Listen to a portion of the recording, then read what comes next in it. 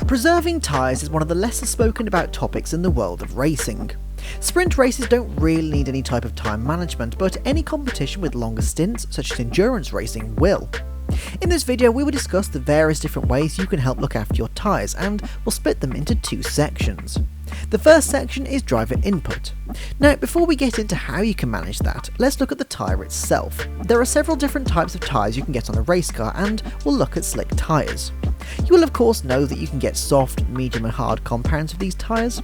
The likes of F1 are actually only about 10% real rubber, and the rest is made up of synthetic materials.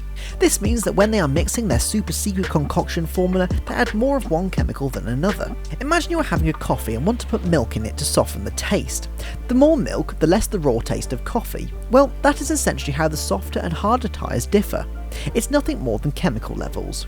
This in turn means the softer tyre can generate more heat as it moves more, which in turn causes the tyre to wear faster.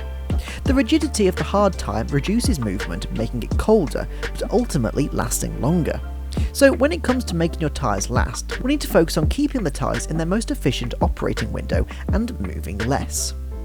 As they heat up, the tyres are more likely to overheat and shred more on the tarmac, which provides the grip, leaving behind what the motorsport world knows as marbles, i.e. little bits of worn tyre. This happens excessively when the tyre goes beyond the grip limit, which can happen when the tyres are hot or cold. So we need to look at reducing this, and we'll start with steering. Steering is pretty simple, right? You steer left into a left corner. Turn right to go left! Yes! But it's more than that. You see, some drivers have a smooth style, and others have, well, a less smooth style. Jenson Button was particularly known for his smooth approach to driving, and that subsequently has an effect on the tyres. So let's look at someone on the opposite end of the scale. Lance Stroll. If you watch an onboard of his, you will see that the steering wheel does not stop moving. He's constantly making slight little corrections, and that moves the tyre across the surface of the tarmac more. This is great for getting heat into the rubber, but for keeping the heat and the usage down, not so much. Lewis Hamilton has a style that essentially allows him to turn into a corner at the exact right angle every time. If you look at his steering, it is far more decisive and smoother than Lance Stroll. This is why you'll see Lewis able to nurse old tyres for longer, because he is not putting them under as much stress, and therefore preserving the longevity of their effectiveness. In addition to this, you also want to be aware of the tyre's grip limit. Whether the tyres are hot or cold, the grip limit will vary, and you can preserve the longevity with a few small tips. Firstly, don't turn beyond the grip limit, so if you're understeering, don't just turn more. 2. Gradually turn in rather than quickly. This will vary on the car as to how gradual you need to be, but it still has the same effect. And 3rd, don't change direction abruptly. This will cause additional and needless wear to the tyres when, like before, a more gradual direction change will help prevent this. Now let's look at throttle. We've all done it where we've been too eager to get on the accelerator and end up causing oversteer. Now it seems obvious to tell you just don't oversteer, but it kind of is just that simple. Modulating the throttle on corner exit not only gives you stability and confidence in the car, but also helps preserve your tyres as they are not being put under as much stress. You can also short shift, which will also help prevent losing traction.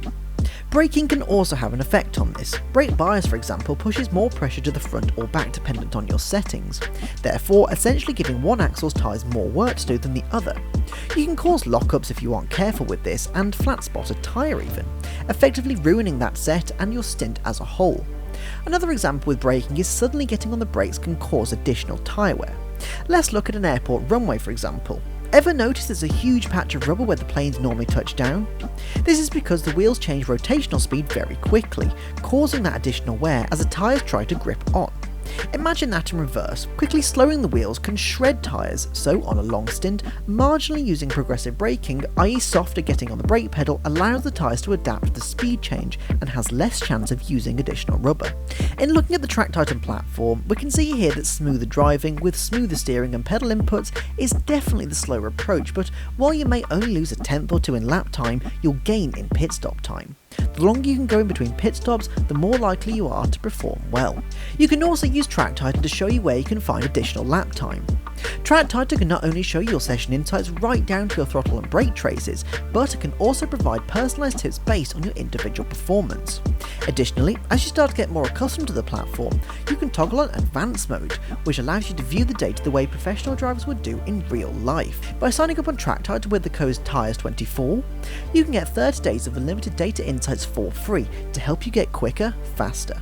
So these are some tips you can use as a driver, but what about when you're setting up? Well, the second section is setup. As we've already spoken about, a tough driving style can cause additional tyre wear, whereas being kinder to them helps preserve their longevity. The exact same principle applies here too. We will look at toe and camber as two of the main contributors when it comes to tyre wear from setup. As you probably know, toe is the directional angle of the wheel and camber is the vertical angle. Toe essentially allows you to make the car more aggressive or more stable. The basic premise is that toe in is more stable and toe out is more responsive. Either one of these can cause additional tyre wear on the straights, but can actually benefit around the corners. You could make the car aggressive with toe out, which will give you loads of grip at the front, but will more than likely have a side effect on oversteer at the rear. This opens up both axles to additional tyre wear as, like we have previously mentioned, the faster you go, the more tyre you'll use. Comparatively, making the car stable with front toe in will preserve the rear tyres more, but is likely to cause you understeer. So you'll have a limited grip in the corners, which can cause an under rotation into a corner, again using additional tyre wear. Now let's discuss camber. This also enables you to make the car more aggressive or more stable. Negative camber is where the wheels are pointed towards the car, which is great for additional corner grip, but means the tyres are more susceptible to wear. Neutral camber is where the wheel sits perpendicular to the road, which is great for tyre longevity, but not so great for cornering performance. In both of these circumstances, you can eke out additional tyre performance at the expense of tyre life, so opting for a slightly softer and more stable setup allows the car to preserve the tyres more. Yes, this will cost performance, but it's all about trying to find the balance between outright speed and tyre life. We could also discuss tyre pressures where low pressure, medium pressure and high pressure all affect tyre wear as we can see here. But this perhaps is more common knowledge than the topics we have discussed. Don't forget to use the code Tyres24 when signing up on Track Titan to get 30 days of limited data insights for free. But apart from that, we hope you learned something today and can take that knowledge forwards in your own sim racing.